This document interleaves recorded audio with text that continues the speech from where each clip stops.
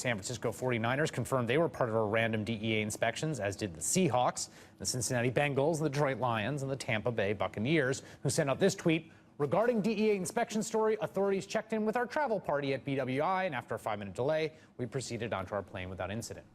NFL official acknowledged yesterday's raids and said, quote, our teams cooperated with the DEA today. We have no information to indicate that irregularities were found. The words are damning and revealing about what goes on in the National Football League. Quote, since the advent of the 1980s of modern narcotics like Vicodin and Percocet and then later OxyContin, team doctors and trainers have dispensed pills in the millions to keep hurt players practicing and playing, unquote. Those words were not written in the last several days since the DEA made their surprising sweeps of several teams to see what, if anything, was being illegally doled out to players. Those words were written 3 years ago by our next guest, who's been upfront about the NFL drug problem with evidence. And like many others, watched as the facts were buried and life went on as usual, and more players were heading for an after-football life of pain and maybe even death. Welcome to MidPoint, contributing editor at Men's Journal and Rolling Stone, author, and you've read his work in GQ and the New York Times Magazine, among others. Paul Solotaroff joins us. Paul, thanks so much for being here. Great pleasure, Ed. Paul, is there any doubt in your mind that right now, as we speak, Roger Goodell and the NFL are scrambling like mad to cover that backside that they know has been exposed for years this is, and finally someone's paying attention and now the government's involved? Well, they've got so many fires raging. It's a little like Texas in the middle of July these days in the NFL. Hard to know how they're prioritizing one disaster over another. But yeah, this is a very live wire scandal about to bust wide open. I guess my only question about this is, why does Men's Journal take so long to reach newsstands in Washington, D.C.? 3 years ago, I wrote this story, was heavily in contact with the DEA, and they said, by all means, make sure we know about it when it's out. Well, I guess they've had enough lead time now. What did you get from the DEA when you told them the story was out? There was a lot of chortling at the other end of the phone. Yeah, we've known about this. Yeah, we've been hearing this anecdotally. Yeah, we've got field reps looking into these things. The problem I kept hearing from the DEA is we are so grossly understaffed, and the problem is so vast.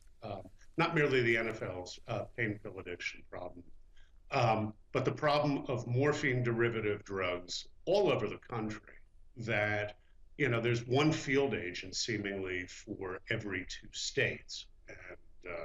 And, you live in Florida, the DEA should move its headquarters ASAP to South Beach and, begin going block by block.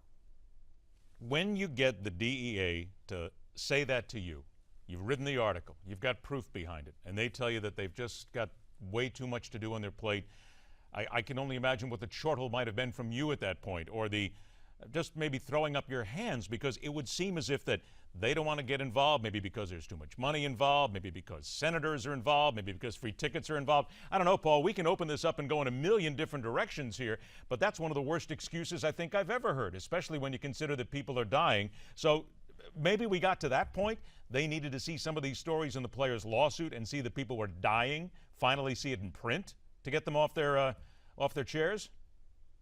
That, and they also said, there are state cops that do this. Have you tried them? Have you called them? And I said, well, here's the thing, guys. I'm an investigative reporter, not a state regulator.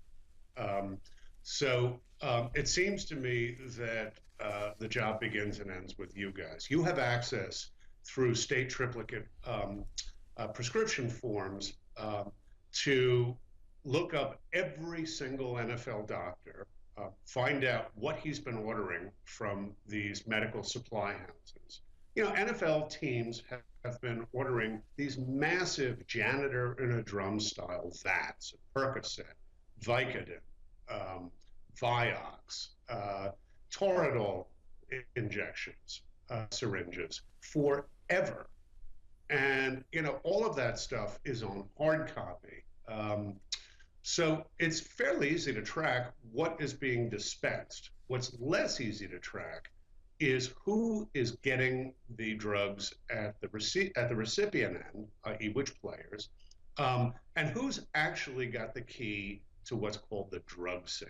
So in every NFL locker room, there is this lock cabinet with just oodles of these medications.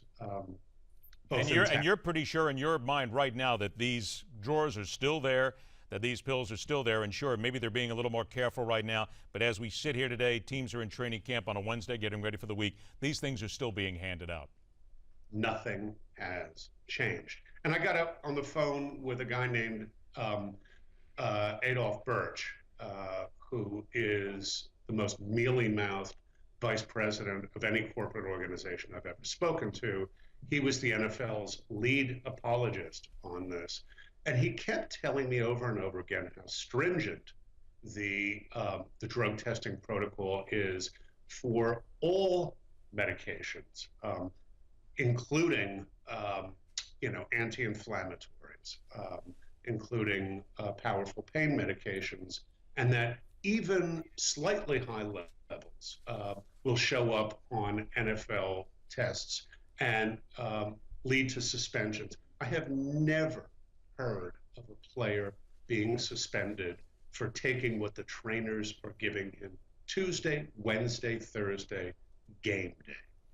Never heard. I've only got about 30, 40 seconds left at this point. We've seen players die now, Junior Seau and others who have died horrible deaths. Is it going to take somebody to actually drop dead on a playing field for somebody to pay attention? Or is this just something that, quite frankly, the fans don't care enough about?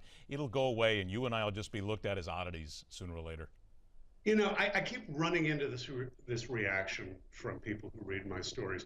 These men are adults. They know full well now what risks they sign up for. Why should we give a damn?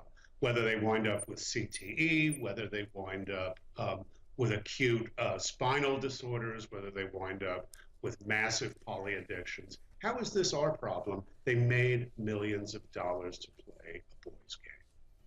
And that, unfortunately, is going to be, I can't add any more because I hear the same thing constantly, and until somebody drops dead in front of their eyes, I don't know if they'll ever understand. Paul Solotaroff, Men's Journal and Rolling Stone Magazine, thanks for joining us, my friend. I hope we do it again. I'd love it. Thanks so much. All right, take care. Breaking back with shocker, more hidden fines and secret penalties in that wonder of Obamacare.